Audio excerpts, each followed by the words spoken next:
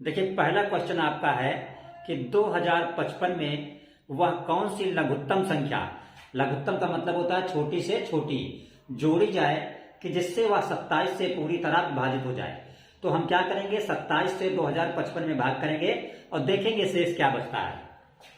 तो 27 से जब हम 2055 को भाग करेंगे तो 7 बार पहले जाएगा, 7 सते 49 के 9 असला 4, 7 गुना 14 4 18, एक हासिल आया, 15 से 9 गया 6, 9 से 8 गया 1, 1 से 1 गया कुछ नहीं, फिर उतारा 5, 65।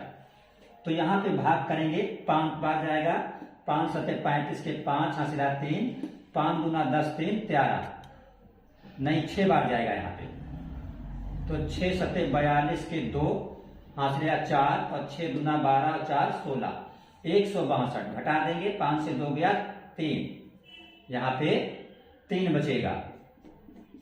अब हमने 27 से 2055 को भाग किया तो शेष कितना बचा, 3।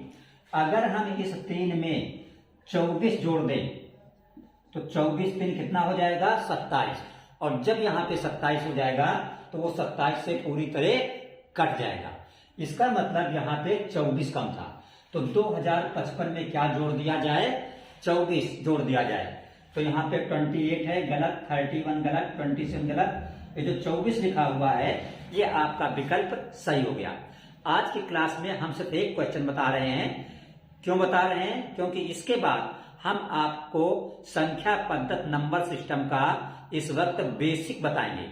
जब आप बेसिक और उसके सूत्र समझ जाएंगे तो आप प्रतियोगी परीक्षाओं में इस टॉपिक से आने वाले क्वेश्चन भी आराम से हल कर सकते हैं। और बाकी बचे हुए जो इसके प्रश्न हैं वो हम कल की क्लास में बताएंगे, इसलिए चैनल आप लोग सब्सक्राइब अवश्य कर लें। तो अब देखते हैं इस चैप्टर का बेसिक, जिसका कि नाम है नंबर सिस्टम संख्या पद्धत। तो देखिए, नंबर सिस्टम में आपको सीखना क्या है। सबसे पहले आपको ये पता होनी चाहिए, नंबर 1 कि प्राकृतिक संख्या क्या होती है।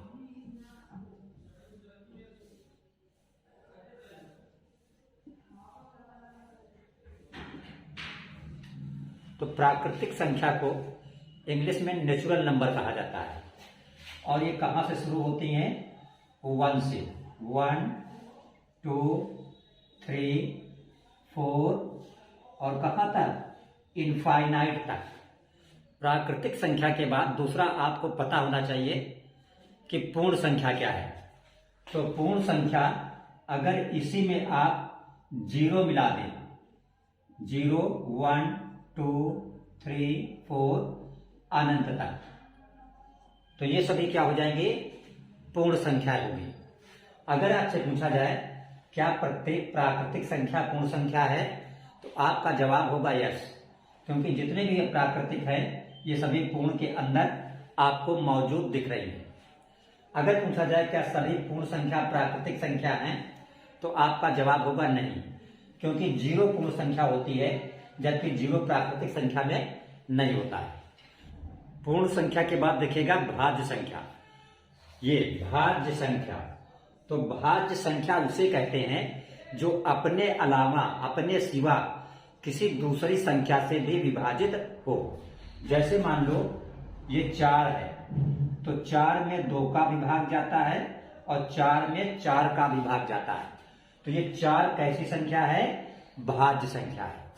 जैसे मान लो 6 है, तो 6 में 2 से विभाग जाता है और 6 में 3 से विभाग जाता है।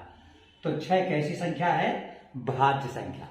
तो भाज्य संख्या उसको कहते हैं जो अपने के अलावा किसी दूसरे से भी विभाजित हो। उसके बाद आपको समझना है अभाज्य संख्या। अभाज्य उसको कहते हैं जो सिर्फ अपने आप से ही विभाजित हो। जैसे मान लो 2 है, तो 2 में सिर्फ 2 का भाग जाता है और किसी का नहीं। 1 का तो सब में चला जाता है, तो 1 को छोड़ो। जैसे मान लो 3 है, तो 3 में सिर्फ 3 का भाग जाता है।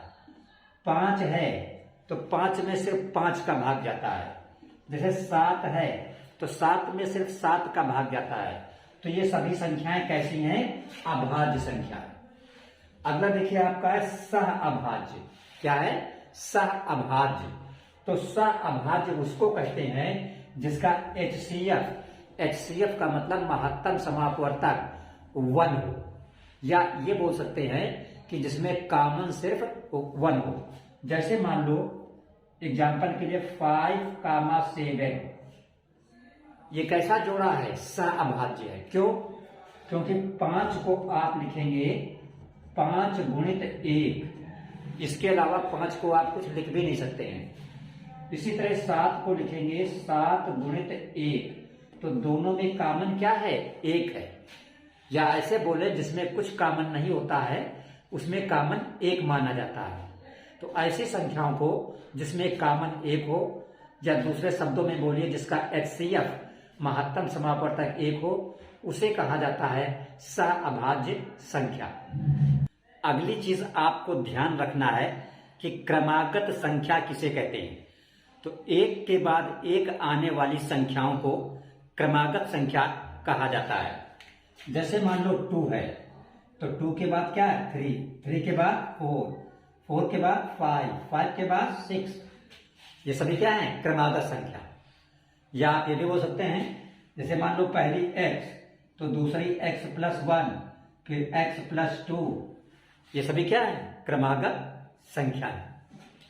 अगला पॉइंट आपका है, अगर ये निकालना पड़े n प्राकृतिक संख्याओं का योग, n प्राकृतिक संख्याओं का योग, तो उसका सूत्र आपका होता है n, यहां पे कोई चिन्ह नहीं है तो इंटू पढ़ा जाएगा। इंटू का मतलब गुणा, n इंटू n+1/2।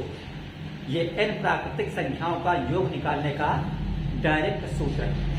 जैसे मान लो आपसे कहा जाए कि 1 से लेकर 100 संख्याओं तक का योग ज्ञात कीजिए, तो यहाँ पे संख्याएं कितनी है? 100। इसका मतलब n बराबर हो गया आपका 100 हो गया। तो इस सूत्र में जहां जहां n है वहां पे आप 100 रख देंगे। तो इस n की जगह पर आप 100 रखेंगे, ब्रैकेट में n+1 है तो 100+1 हो गया, और बटे नीचे क्या है? ये 2। अब 2 से 100 को भाग करोगे तो कितना आएगा? 50। तो आपका ये बराबर 50 हो गया, और गुणित 100 में 1 जोड़ोगे तो 101 हो जाएगा। ठीक है, नीचे का 2 खत्म हो गया। अब अगर आप इसको गुणा करोगे तो 5 का 1 में गुणा करोगे 5 × 5, 5 का 0 में गुणा करोगे तो 0, फिर 5 का 1 में गुणा करोगे तो 5, और ये वाला 0 ये बढ़ा दोगे तो क्या आ गया? 5050। तो 1 से लेके 100 तक संख्याओं का योग कितना होता है? 5050। ये आपको 1 2 3 4 5 करके जोड़ना नहीं पड़ा, डायरेक्ट इस सूत्र से आप योग निकाल सकते हैं। अगर कहे 1 से 50 तक का योग ज्ञात कीजिए, तो जहां जहां n है वहां पे आप क्या रख देंगे? 50 रख देंगे सूत्र में।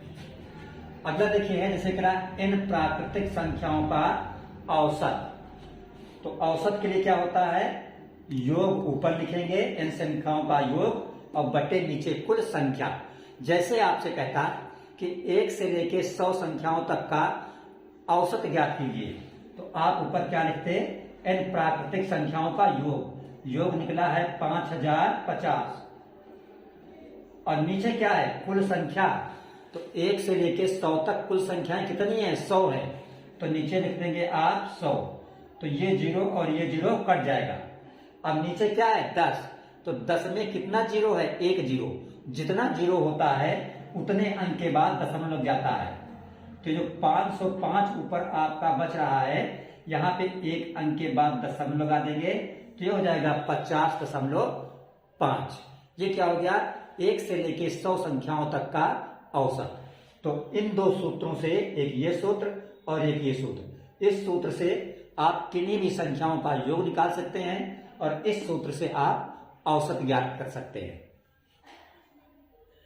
अगर आपको n प्राकृतिक संख्याओं का योग निकालना है तो आप क्या करेंगे? औसत को कुल संख्याओं से गुणा कर देंगे।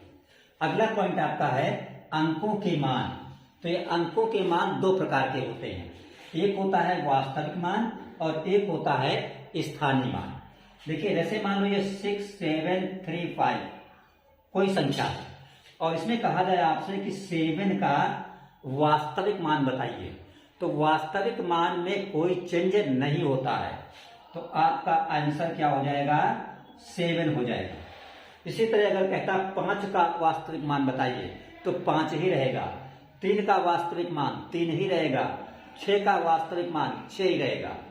अब देखिए स्थानीय मान में क्या होता है, जैसे मान लो यही संख्या लिखी होती और इसमें आपसे कहे कि 7 का स्थानीय मान बताइए, तो स्थानीय मान में क्या करते हैं, 7 का निकालना है तो 7 लिखेंगे।